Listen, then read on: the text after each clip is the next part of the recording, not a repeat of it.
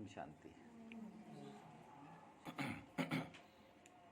परम धाम में रहने वाले ऊंचे से ऊंचे शिव बाबा अपने एक एक बच्चे को आकर परमात्मा के अंदर में जो ज्ञान छिपा हुआ है वो संपूर्णता के साथ अपने समीप बिठाकर बड़े दिल से देते हैं।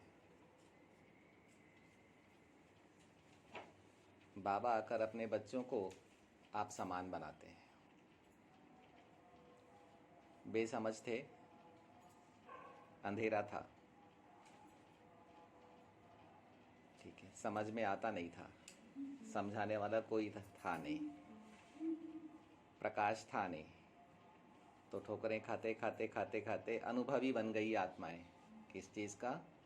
देह का, बेसमझी का, अभिमान का, थकावट का, है ना, तनाव का, बहुत सारी बातों का, स्थूलता का अनुभवी बन गई।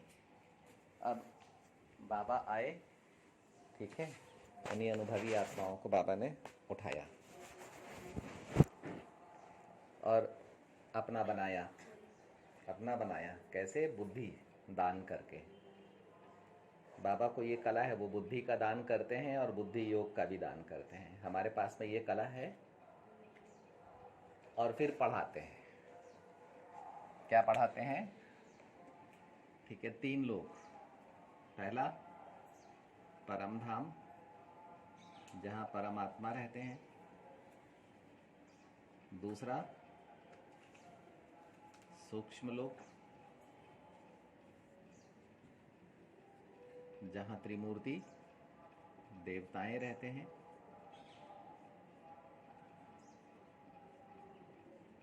जहाँ से कर्तव्य होते हैं, ईश्वरीय कर्तव्य होते हैं। यहाँ पर आत्माएं और परमात्मा रहते हैं। फिर नीचे में आ जाओ तो साकार दुनिया,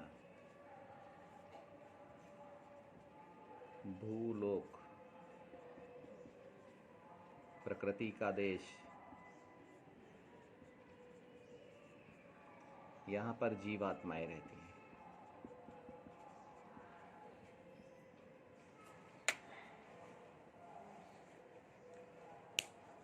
हो गए 3 लोग। अब बाबा बड़ी गहरी बात समझाते हैं। अभी जब आत्माएं बाबा को मिलती हैं पतित रूप में, बाबा का नाम ही पतित ज्ञान सागर पतित पावन है, और जब सारी आत्माएं पूरी पतित बन जाती हैं तभी वो परम धाम से आते हैं।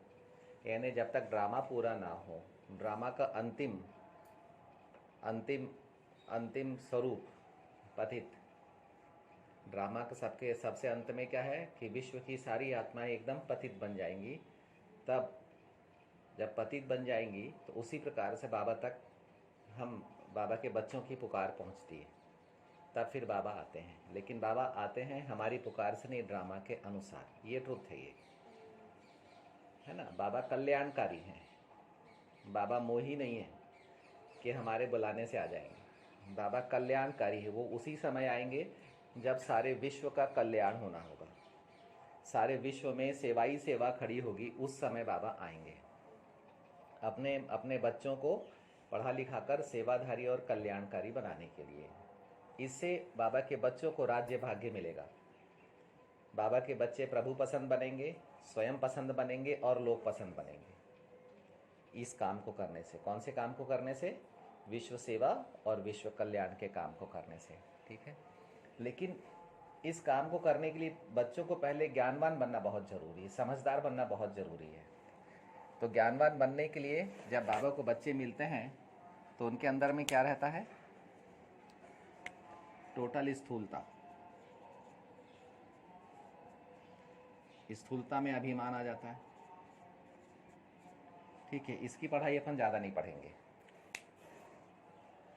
स्थूलता को समझ लो। देह का अभिमान, दुनिया का अभिमान, वैभव का अभिमान, पदार्थों का अभिमान, संबंधों का, बंधनों का भी अभिमान, दुख का भी अभिमान, सुख का भी अभिमान, हार में भी अभिमान और जीत में भी अभिमान, ज्ञान का भी अभिमान और अज्ञान का भी अभिमान, नाम रूप का भी अभिमान, है ना। उसकी ज़्यादा डिटेल में अपन नहीं जाते। इसके बाद बाबा क्या बोलते हैं कि तुम सच्चे बनो। बाबा आते हैं, मन बुद्धि संस्कार की पढ़ाई पढ़ाते हैं और बाबा कहते हैं अब तुम मुझसे सच्चे बनो। सच्चे बनो अर्थात अंदर और बाहर एक, अर्थात हाँ, अर्थात बोलो पारदर्शी। तो बाबा आत्मा को पारदर्शिता देते हैं। उससे पहले देखो, इससे पहले थोड़ा सा चेंज हुआ, पहले दूसरा आएगा, थोड़ा सा चेंज हुआ, अब स्थूलता है। इससे पहले बाबा क्या बोलते हैं? मन बुद्धि संस्कार की पढ़ाई पढ़ाते हैं। तो आत्मा के संस्कार भी सूक्ष्म हैं, आत्मा के संकल्प भी सूक्ष्म हैं और आत्मा का मन भी सूक्ष्म है। तो बाबा आत्मा को है सूक्ष्मता की पढ़ाई पढ़ाते हैं। यहाँ से अलौकिकता आत्मा के जीवन में आने लगती है।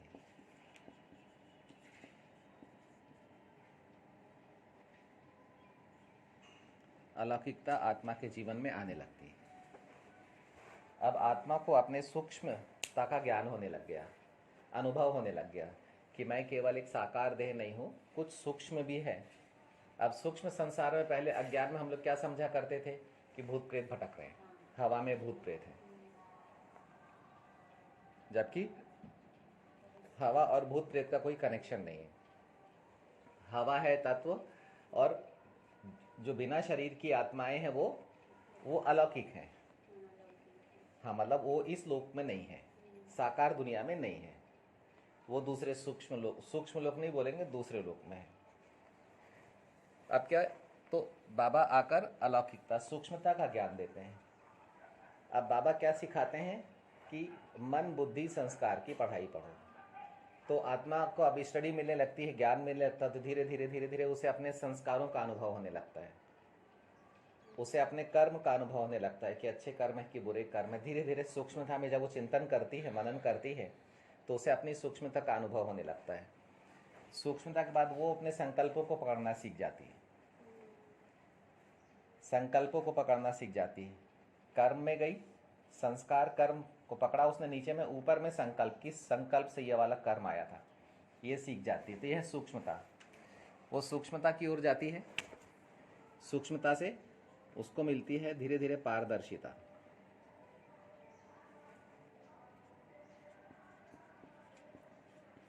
अब उसको समझ में आता है कि सोचना, बोलना और करना ये तीन एक होना चाहिए।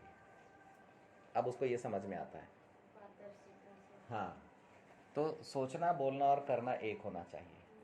अब आत्मा को ये बात समझ में आने लगती है, उसको अच्छा लगने लगता है, क्योंकि जैसे उसको सूक्ष्मता महसूस होती है तो उसको हल्कापन महसूस होता है, एक अलौकिक हल्कापन, लाइटनेस महसूस होती है।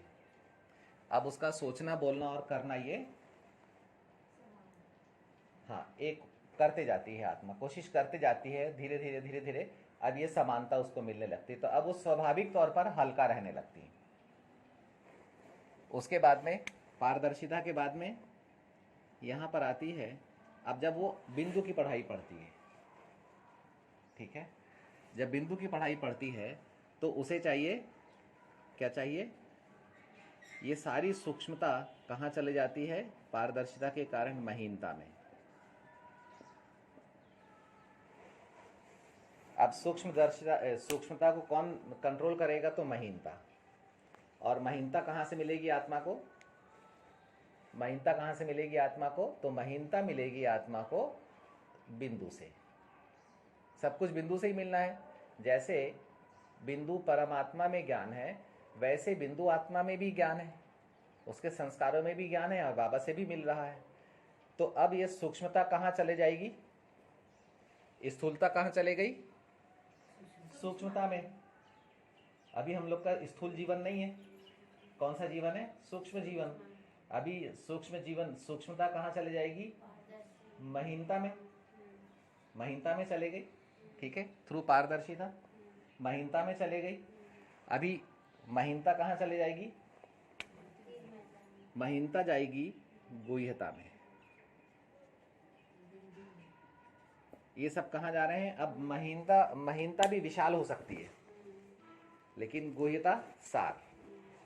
अब महीनता तो बहुत विशाल हो सकती है ना, तो अब महीनता का कनेक्शन समझ लो कि अपन ये मान लें कि अपनी पर्सनालिटी से है। लेकिन गुह्यता आत्मा के विस्तार को सार में लेके आती है। गुह्य गुह्य गुह्य गुह्य एकदम महीनता यानी सार की ओर खींचती है गुह्यता जो है। तो आत्मा सार में आती है यानी अशरीरी रूप की ओर आती है, और गुह्यता से ज्योतिर्मयता।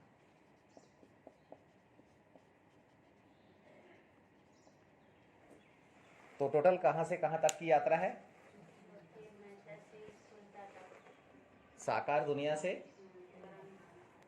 जीवात्मा से आत्मा तक, परमात्मा के पास तक। तो ये इससे होकर गुजरती है। ठीक है, अब अपन आ जाते हैं इस तरफ। ये तो इधर हो गया। अब इस तरफ क्या क्या मिलता है? अब परम धाम जाने के लिए आत्मा को क्या चाहिए? परम धाम ऊंचा है ऊंचा, तो क्या चाहिए? ऊंचाई चाहिए, ऊंचाई। अब वो यहाँ नीच स्थान पर है अपने नीच स्वरूप में है, तो परम धाम को चाहिए ऊंचाई। तो बाबा तीनों लोकों का ज्ञान देते हैं आत्मा को, तीनों लोकों के ज्ञान। परम धाम विशाल है कि छोटा सा है? तो उसको चाहिए विशालता।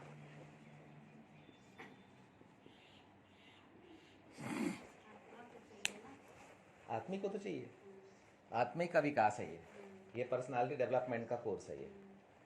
एग्जिस्टेंस, आत्मा कितनी पुरानी है और इतनी पुराने में कितने दम से रही है, और बाबा मिला तो कितनी दम आ गई उसके अंदर में। उसके बाद में अभी आ जाओ, परम धाम से लेकर पृथ्वी तक या कलयुग तक गहराई है कि नहीं है? तो आत्मा को गहराई चाहिए।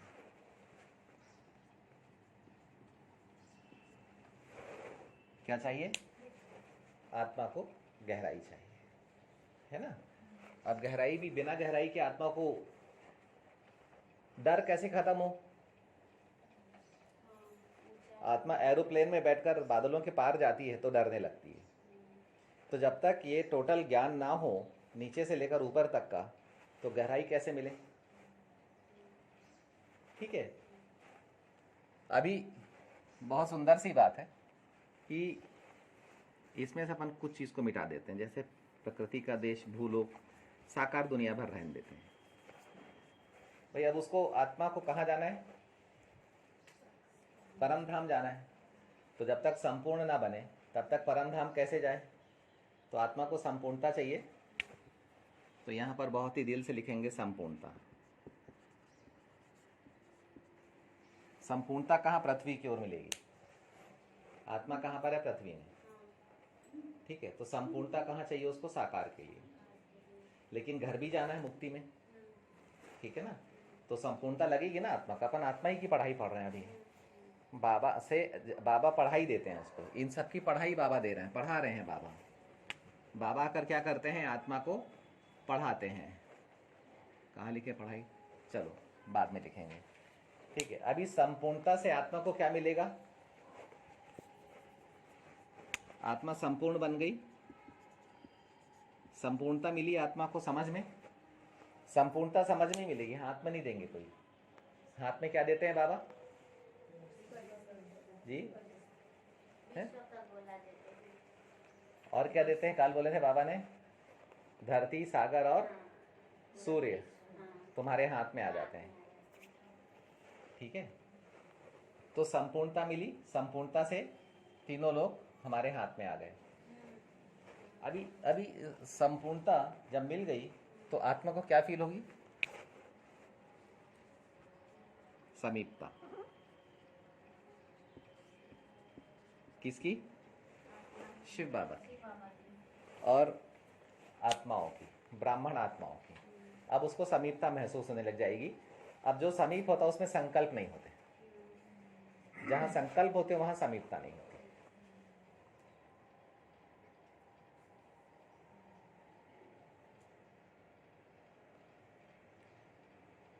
जब बीच में कोई तीसरा आता है तो संकल्प आते हैं। तीसरा माने मैं और मेरा। नहीं तो ब्राह्मण सब सारे विश्व के हैं, आप किसी एक के थोड़ी हो। किसके हो? सारा विश्व। सारा विश्व ही आपसे सहारा लेने वाला है। केवल एक को सहारा देना है क्या? तो सारा विश्व ही। तो जहां मेरा आता है ना, वहाँ पर विचारों का जन्म होता है, वहाँ पर विषय भी आ जाते हैं, विचार भी आ जाते हैं। मेरा आ गया। तो समीपता। अब संपूर्णता के लिए और क्या चाहिए? तो समानता भी चाहिए। जब तक समानता नहीं होगी तब तक आत्मा को संपूर्णता की महसूसता नहीं आएगी। किसके समान होना पड़ेगा? शिव बाबा के समान। बाप समान होना पड़ेगा, ब्रह्मा बाप के समान। जब तक हम ब्रह्मा बाप के समान नहीं बनेंगे, शिव बाबा के समान नहीं बनेंगे, तब तक हमारे को हमारा आचार व्यवहार स्वभाव संस्कार, हमारे हाव भाव, हमारा स्वरूप, हमारी स्मृति दृष्टि वृत्ति समझ संकल्प कर्म, ये सब ब्रह्मा बाप के समान और शिव बाबा के समान होनी चाहिए। समानता, समानता के बिना संपूर्णता नहीं मिलेगी। ठीक है, और क्या चाहिए? और क्या चाहिए? समीपता समानता, और क्या चाहिए परम धाम जाने के लिए, मुक्ति में जाने के लिए? इसमें अपन एक और चीज आज जोड़ रहे हैं पहली बार, स्वतंत्रता। ये भी चाहिए। स्वतंत्रता के बिना मुक्ति नहीं।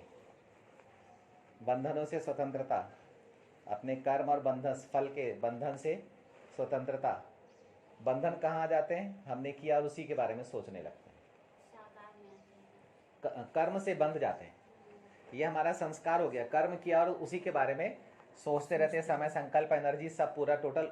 वो कर्म से मुक्ति नहीं लेते हैं, वो कर्म में बंध जाते हैं। और कर्म कैसे करते हैं? साकार देह से। तो कर्म बंधन के कारण क्या हो जाता है? हम कलयुग में फंसे रह जाते हैं। अब हमारे को निकलना है तो कर्म में क्या करना पड़ेगा? कर्म में क्या करना पड़ेगा? जब निकलना है कर्म से तो स्वतंत्र होने के लिए क्या करना पड़ेगा? बिंदु लगाना पड़ेगा। बाबा बोलते एक के बाद बिंदु लगाते जाओ, एक के बाद बिंदु लगाते जाओ, एक के बाद बिंदु लगाते जाओ, तो पद्मा पदम भाग्यवान बन जाएंगे। जितने बिंदी लगाएंगे उतना भाग्यवान बनेंगे। जितना कर्म में बंधन में संकल्प में बेसमझी में उलझे रहेंगे, पश्चाताप में उलझे रहेंगे, तो क्या होगा? फिर उतना ही भाग्य, अभिमान में तो उतना ही भाग्य अपना बहता रहेगा। तो अब ये यहाँ पर स्वतंत्रता भी आ गई, एक नया शब्द हमारे परिवार में आ गया। ठीक है ना? ये अभी तक नहीं आया था, इसकी समझ नहीं थी। अभी आज बाबा ने एक नया और डाला। शब्द था, समझ नहीं थी, है ना? क्योंकि हमको तो परम धाम जाना है ना। अब परम धाम जाने के लिए हमको अपने में क्या क्या परिवर्तन करना पड़ेगा?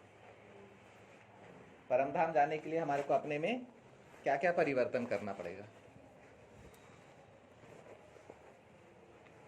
तब फिर बाबा, अब फिर इतनी अच्छी अच्छी बातें, इतनी गुह्य बातें एक सिस्टम से कौन समझाए? आज तक तो नंबर से 1 2 3 4 5 6 7 8 9 10 ऐसा पढ़ा हुआ था। अभी बाबा सिस्टम से समझा रहे हैं, साकार दुनिया से मुक्ति परम धाम तक और वहां से फिर जीवन मुक्ति तक। ठीक है, समानता भी हो गई, स्वतंत्रता भी हो गई। अब क्या बच गया?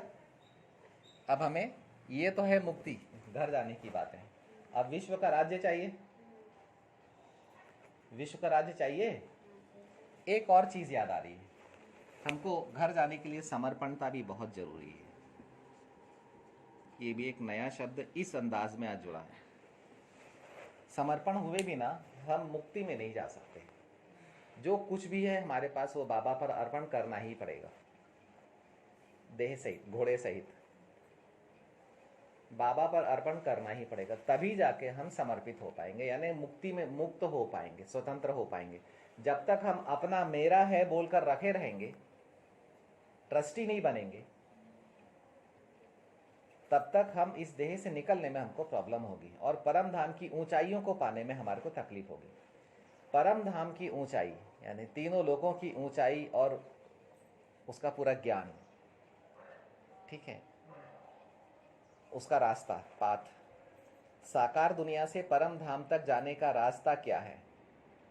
स्थूलता से ज्योतिर्मयता तक पहुंचने में, ज्योति की दुनिया में पहुंचने में, प्रवेश करने में क्या क्या चीज चाहिए, क्या क्या चीज लगेगी? साकार दुनिया से अव्यक्त वतन तक जाने में, अव्यक्त वतन में किस चीज को समाप्त करना पड़ेगा और कौन सी चीज को जागृत करना पड़ेगा, यानी इमर्ज करना पड़ेगा। तो अव्यक्त वतन से परम धाम में प्रवेश करेंगे और परम धाम में रुद्रमाला में बाबा की समीपता पाने के लिए मुझे क्या करना पड़ेगा। जब तक ये बात समझ में नहीं आएगी तब तक आत्मा को संतुष्टि नहीं मिलेगी। हम लोग सब ब्रह्मा बाप के बच्चे हैं। जैसे ब्रह्मा बाप शिव बाबा के समीप है, वैसे हम भी समीप, हमारे अंदर में भी वही संस्कार है कि हमें भी बाबा के समीप सच्चा बनना, मुक्ति धाम जाना है तो हमें बाबा के सामने में सच्चा बनना पड़ेगा, सच्चा बनना पड़ेगा, एकदम सच्चा, 100% सच्चा बनना पड़ेगा। जब तक सच्चा नहीं बनेंगे यहाँ पर फिर कुछ ना कुछ कमी रह जाएगी। बाबा पढ़ा रहे ना, एक एक करके बाबा पढ़ा रहे हैं। ड्रामा में से जब करने चलो तो ड्रामा में से करने का बल आता है। ड्रामा में से बोलने का बल, देखने का बल, समझ का बल, अनुभूतियाँ ड्रामा में से निकलने लगती है, दृष्टि ड्रामा में से निकलने लगती है, तो आत्मा देख देख कर, समझ कर बोलती है, तो बहुत आनंद आता है उसको। और कलयुगी अनुभूतियों से बाहर निकलते जाती है आत्मा और उसको एक नया निश्चय मिलते चला जाता है। लेकिन करने से, नहीं करेंगे, सोचते रहेंगे तो कुछ नहीं मिलना है।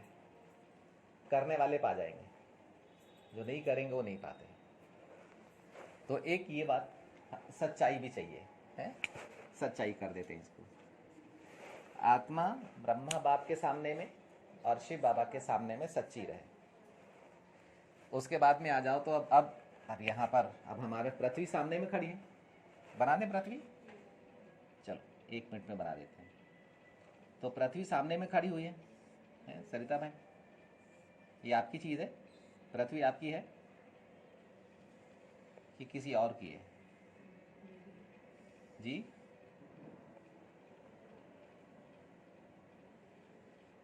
पृथ्वी आप ही की है कि किसी और की है? पक्का कि कुछ संशय है? थोड़ा बहुत नहीं, राधा तो बनना लेकिन पृथ्वी नहीं चाहिए, ऐसा? अभिमान नहीं छोड़ूंगी, नारी भाव नहीं छोड़ूंगी, राधा तो बनना है पृथ्वी, और पृथ्वी लेकर क्या करूंगी? तो अब संपूर्ण पृथ्वी पर आपको राज्य चाहिए, बल्कि बोले पृथ्वी के अलावा विश्व पर राज्य चाहिए। बाबा ने क्या बोला है? जल भी तुम्हारा, धरती भी तुम्हारी, आकाश भी तुम्हारा और सूर्य भी तुम्हारा। इसका मतलब क्या हुआ कि सूर्य भी तुम्हारा माने पूरी गैलेक्सी भी तुम्हारी हो जाती है। ये लोग चांद पर जाने के लिए तरस रहे हैं और हम जब चाहे तब जा सकते। तो ये प्रैक्टिकल में होना है। ये सब परमात्मा महावाक्य है, ये भगवानुवाच है, ये झूठ नहीं हो सकते। और हमको याद आता, हमारे संस्कारों में है ये कि हम उतनी तेज गति से आकाशीय मार्ग से उड़ा करते थे, आकाशीय मार्ग से उड़ा करते थे। ठीक है, तो अब क्या आ गया ये? अब हमारे को पृथ्वी यानी हमको मालिकपन, राजाई चाहिए, और पृथ्वी पूरी हमारी होगी तो दूसरा कोई धर्म भी नहीं होगा और पृथ्वी पर ज़्यादा भीड़ भी नहीं होगी। अभी तभी तो बहुत भीड़ है, भीड़ तो पाप भी है, सबके अपने अपने कर्म है भाई। वहाँ पर मात्र 9,16,108 होंगे। धरती पर मानवता की शुरुआत और पूज्य आत्माएं होंगी। तो पूज्य आत्माओं की विशेषता क्या होगी? अभी तो सारे मांगने वाले, छीनने वाले, लूटने वाले, धोखेबाज, विश्वासघाती, धन लोलुप, पद लोलुप, मान सम्मान मांग मांग कर लेने वाले, पैसा दे देकर खरीदने वाले। लेकिन वहां कैसे होंगे? वहां कैसे होंगे? तो वहां पर भरपूर होंगे। जो भरपूर होंगे वो देवता ही होंगे, जो खाली होंगे वो है ना, वो बहुत सारी बातें करने वाले होंगे। तो वहां पर भरपूर होंगे। तो पृथ्वी पर विश्व की राजाई के लिए हमारे को क्या होना चाहिए? भरपूरता चाहिए। ठीक है, भरपूरता चाहिए। उसके बाद क्या चाहिए? बोलो। संपन्नता चाहिए।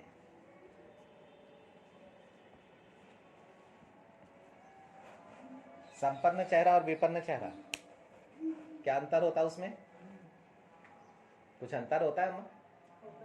चेहरा संपन्न और विपन्न, उसमें अंतर होता है। तो कैसा चेहरा दिखता है? कौन सा रूप है? संपन्नता। फिर उसके बाद में और क्या आ जाएगा? क्या चाहिए मालिक बनने के लिए? और क्या चाहिए? संतुष्टता।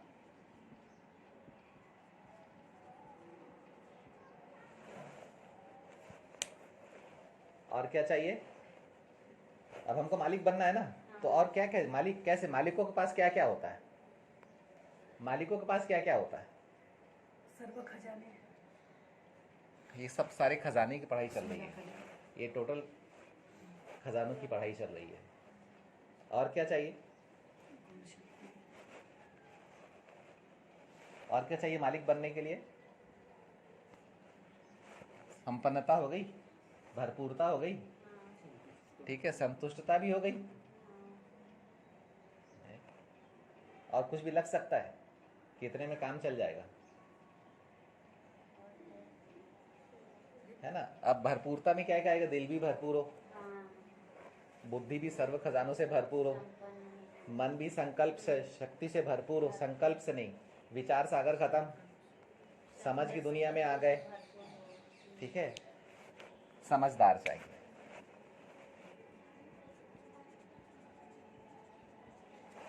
समझदार चाहिए। अगर समझदार नहीं तो फिर समझ तो साथ साथ रखती है, और समझ नहीं तो साथ साथ कैसे चलें? समझदार और बेसमझ दोनों साथ साथ थोड़ी रहेंगे, उनका तो युग ही अलग है, ठीक है? हाँ, सब ज्ञान नॉलेज सब समझदार में आ गए, समझ में आ गए, ठीक है। और जी है, हाँ, वो संपन्नता में आ गए, भरपूरता, भरपूरता, संपन्नता, संतुष्टता में तृप्ति आ गई, ठीक है। और क्या चाहिए? मालिक बनना है अब हमारे को, मालिकपन चाहिए, मालिकपन, मालिकपन। तो विजयी चाहिए। देखो बाबा दे रहा, ड्रामा से निकल निकल कर आ रहा। जब तक इंद्रिय जीत नहीं होंगे, प्रकृति जीत नहीं होंगे, जगत जीत नहीं होंगे, तब तक हम मालिक कैसे बनेंगे? तो विजयी चाहिए। अभी सब जाते जाते होगा ना, ये सब अभी हो जाएगा अभी। हाँ, मुक्ति में जाने से पहले। हाँ, वहाँ तो प्रैक्टिकल ये होगा ऊपर ही। से लेकर नीचे तक के खजाने बाबा आज समझा रहे हैं टोटल, ठीक है ना? तो विजयी समझदार ये भी चाहिए, उसके बिना कैसे होगा? हमको मालिक बनना है ना। किसका मालिक बनना है? गैलेक्सी का मालिक बनना है भाई, संपूर्णता का मालिक बनना है ना हमारे को, संपूर्णता का मालिक बनना है ना, तो विजयी चाहिए। वैसे तो बहुत बड़ा ज्ञान है, सागर को स्याही बनाओ, लेकिन फिर भी अपन समझने के लिए जितना समझ सके बाबा समझा रहे हैं। अभी मालिक बनना, मालिक बनने के लिए और क्या चाहिए? अधिकारी। यही एक साथ आया, ये अधिकार भाव चाहिए, अथॉरिटी चाहिए, अधिकार भाव कि मैं मालिक हूं। अधिकारी होना बहुत जरूरी है। जो अधिकारी, जो अधीन है वो अधिकारी कैसे होगा? तो अधिकारी होना बहुत जरूरी, किसी भी स्वभाव संस्कार के अधीन ना हो, कोई भी विचार हमारे को प्रभावित ना करे, मैं मालिक हूं। कोई भी कर्म और फल मुझे प्रभावित ना करे। दादियों को देखा है, कैसा भी फल हो, मम्मा के बारे में सुना है, कैसा भी फल हो, अज्ञान में किए गए कर्म का कैसा भी फल हो, मैं मालिक हूं, मैं मालिक हूं। मालिक बनने के लिए एक और बड़ी सुंदर चीज चाहिए, सार। विस्तार में असार है, सार चाहिए। जब तक सार नहीं होगा, जब तक सार नहीं होगा, तब तक मालिकपन नहीं आएगा, भटकन रहेगी, स्थिरता नहीं आएगी। एक और देखो आ गया नया शब्द, स्थिरता चाहिए। ये सब साकार दुनिया का श्रृंगार है। ये आत्मा जब साकार दुनिया में रहती है तो ये सब श्रृंगार है। स्थिरता चाहिए। स्थिरता के बिना हमेशा हलचल ही रहेंगे, स्थिरता के बिना हमेशा हलचल में ही रहेंगे। तो स्थिरता बहुत जरूरी है, स्थिरता बहुत जरूरी है।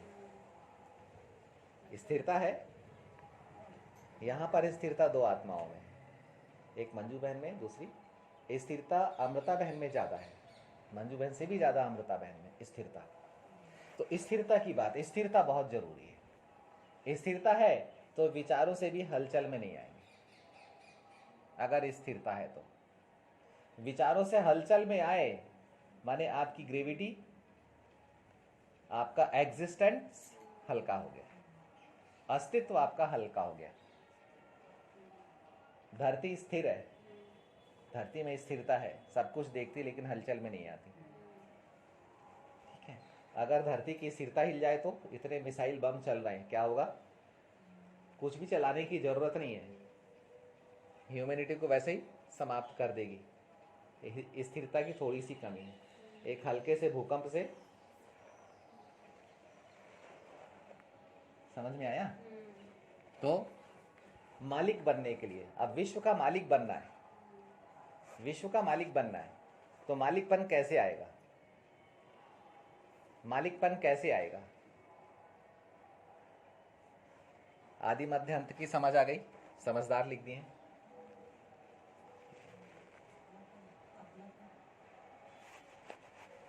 ये सारी बातें अब चाहिए। अब यहां पर देखो, अब एक बहुत बड़ी चीज आ रही है कि अपनापन।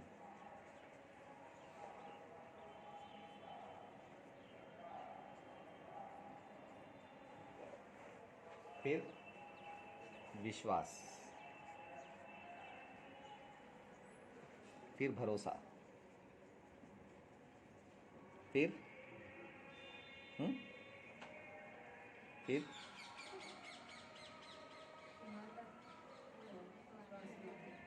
हो गया भरोसा। ठीक है,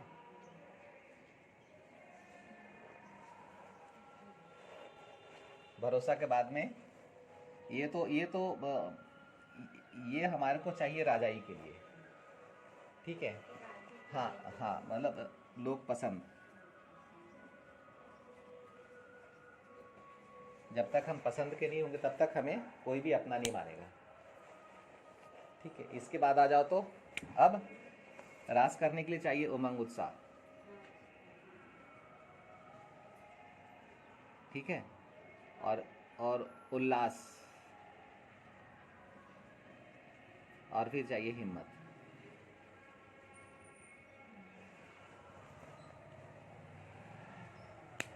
मालिक बनने के लिए एक और बहुत सुंदर चीज चाहिए, निर्भयता।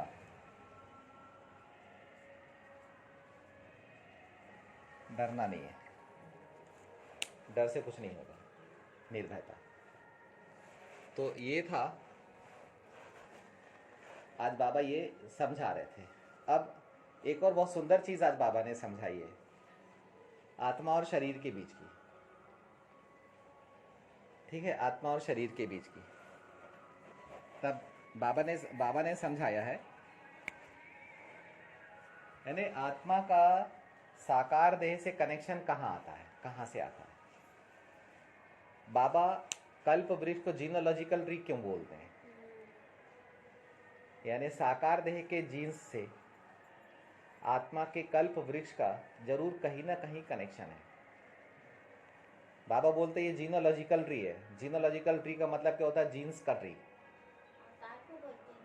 जी नहीं, जीनोलॉजिकल ट्री बाबा बोलते हैं। तो यहीं से, इसी पॉइंट से, भगवानुवाद से कुछ अनुभूतियां आई हैं, वो समझाते हैं।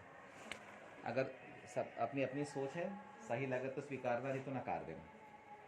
तो बाबा बोलते हैं कि सबसे पहले शिव बाबा आकर स्मृति देते हैं। स्मृति से दृष्टि और वृत्ति का जन्म होता है,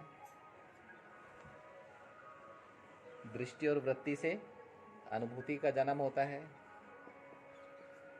यहीं पर आत्मा से स्वरूप भी निकलने लगता है, निराकार से। अनुभूति से आत्मा को समझ में आता है, समझ का जन्म होता है। समझ से, अब समझ तक तो हो गई बात अशरीरी की। इसके बाद में आ जाओ तो, ठीक है, समझ जब मन में आती तो संकल्प शक्ति का जन्म होता है। अब अशरीरी, आत्मा के अशरीरी स्वरूप बीज रूप के अंदर में संकल्प शक्ति होती है। संकल्प शक्ति से संकल्प का जन्म होता है। संकल्प सूक्ष्म देह से संबंधित होते हैं। बात सूक्ष्म देह तक आ गई? अभी सूक्ष्म देह तक आ गई बात। अभी क्या बचा? स्थूल देह। स्थूल देह की सबसे सूक्ष्म चीज कौन सी है? Jeans.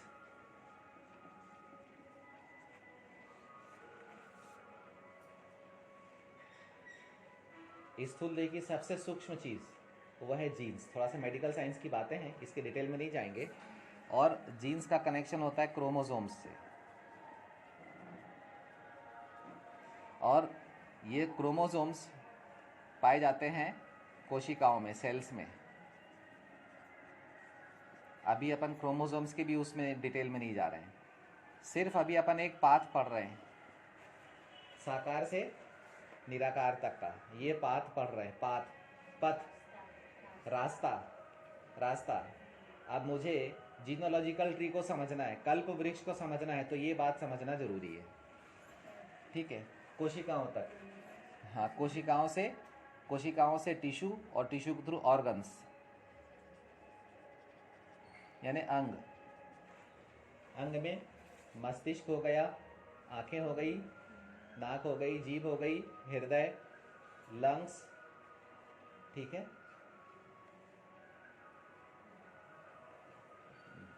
Liver, pancreas, spleen, gall bladder, intestine, ये सब अंदर में बाहर के ऑर्गन्स हो गए। ऑर्गन्स, और ऑर्गन से फिर बनती है बॉडी, देह।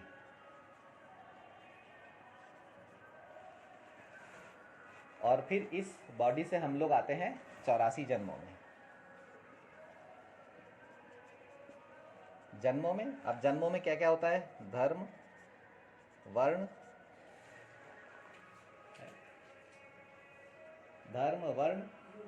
युग,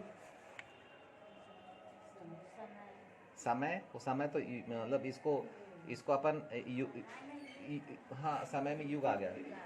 और धर्म, वर्ण,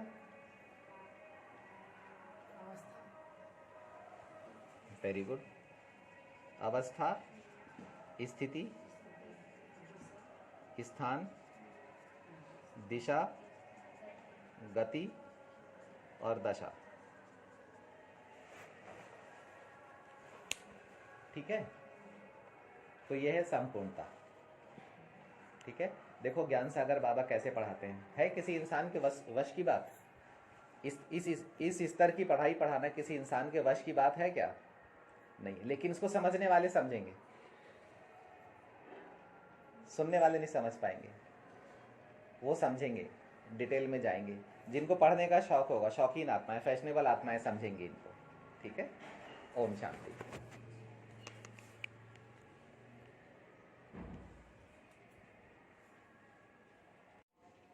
ओम शांति। परम धाम में रहने वाले ऊंचे से ऊंचे शिव बाबा अपने एक एक बच्चे को आकर परमात्मा के अंदर में जो ज्ञान छिपा हुआ है वो संपूर्णता के साथ अपने समीप